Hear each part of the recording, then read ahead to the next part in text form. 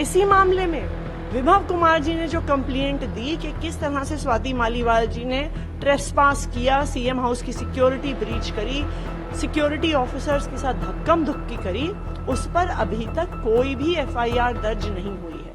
देखिए, ये पूरा स्वाति मालीवाल जी वाला किस्सा एक षड्यंत्र है जो भारतीय जनता पार्टी ने रचा है।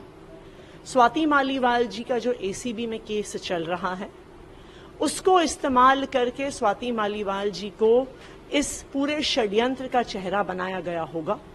उनका इलीगल रिक्रूटमेंट वाला केस, उसमें चार्जशीट भी हो गई है, अब वो कन्विक्शन के पास पहुंच रहा है।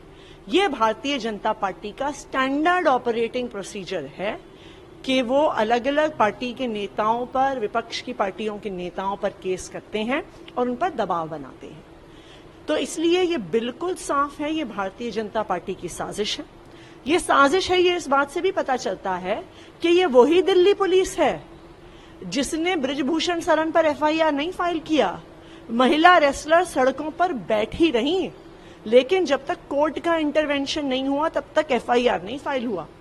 इसी मामले में विभव कुमार जी ने जो कंप्लेंट दी कि किस तरह से स्वाति मालीवाल जी ने ट्रेसपास किया, सीएम हाउस की सिक्योरिटी ब्रीच करी, सिक्योरिटी ऑफिसर्स के साथ धक्कम धुक्की करी, उस पर अभी तक कोई भी एफआईआर दर्ज नहीं हुई है।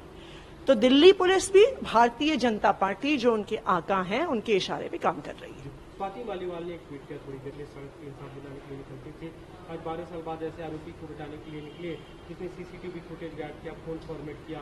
इतनी कोशिश अगर मनीष सिसोदिया के लिए की होती तो आज होती और मेरे साथ ऐसा नहीं। देखिए, स्वाति मालीवाल जी खुद बताएंगी कि ऐसा भारतीय जनता पार्टी ने उनके ऊपर क्या दबाव बनाया कि वो सरासर झूठे आरोप लगा रही हैं। ये तो पूरे देश ने देख लिया है।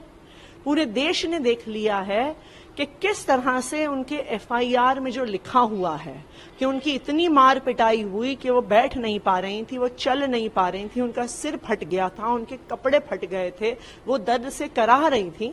और हम क्या देखते हैं कि सीएम रेजिडेंस के अंदर ड्राइंग रूम में सोफे में ठाठ से बैठी हुई हैं, दर्द से नहीं कराह रही हैं, सिक्योरिटी ऑफिसर्स को ललकार रही हैं, धमकियां दे रही हैं, कह रही हैं कि तमाशा करूंगी।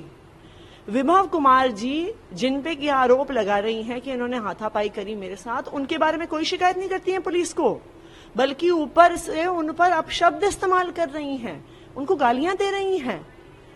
ना सिर्फ इतना, जो सीसीटीवी फुटेज है उनका सीएम रेजिडेंस से बाहर जाते हुए, वो साफ साफ दिखा रहा है आराम से चल रही हैं, ना लंगड़ा रही हैं, ना कपड़े फटे हुए हैं, ना सिर पे चोट लगी हुई है।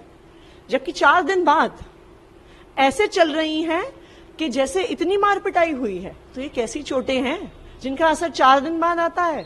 ये कैसी पिटाई है जिसका असर 4 दिन बाद होता है? तो स्वाति मालीवाल जी को बताना पड़ेगा कि भारतीय जनता पार्टी ने उन पर क्या दबाव बनाया है कि वो ऐसे सरासर झूठे आरोप लगा रही हैं।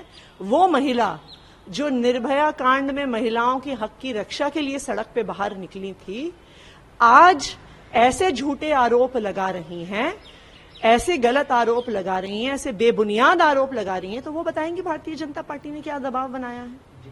कल जो विभव कुमार की गिरफ्तारी हुई उसके बाद सीएम ने लिया गया, सीएम सामने आए, उन्होंने घोषणा की कि 12 बजे प्रोटेस्ट करेंगे बीजेपी हेडक्वार्टर पे। भी चुनौती थी प्रधानमंत्री को कि चाहे मंत्री को गिरफ्तार कर, आज आपको इकट्ठा हो रहे 12 बजे। भारतीय जनता पार्टी एक एक करके आम आदमी पार्टी के सभी नेताओं को जेल में डाल रही है। अरविंद केजरीवाल जी को गिरफ्तार किया, मनीष सिसोदिया जी को गिरफ्तार किया, सत्येंद्र जैन जी अभी जेल में हैं, संजय सिंह जी को गिरफ्तार किया, अब तो सीएम साहब के पीएस को भी अरेस्ट करने पे आ गए हैं।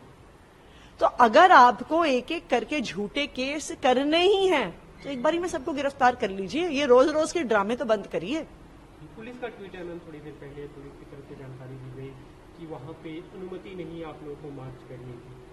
नहीं, अनुमति तो सिर्फ भारतीय जनता पार्टी को मिलती है प्रोटेस्ट करने की, झूठे आरोप लगाने की, महिलाओं को परेशान करने की, हजारों महिलाओं का यौन शोषण करने की, फिर उसके बाद फरार होने की, महिला रेसलर्स के साथ दुराचार करने की, फिर भी अपने बेटे को टिकट पाने की। ये सारी परमिशन तो सिर्फ भारतीय जनता पार्टी को मिलती है।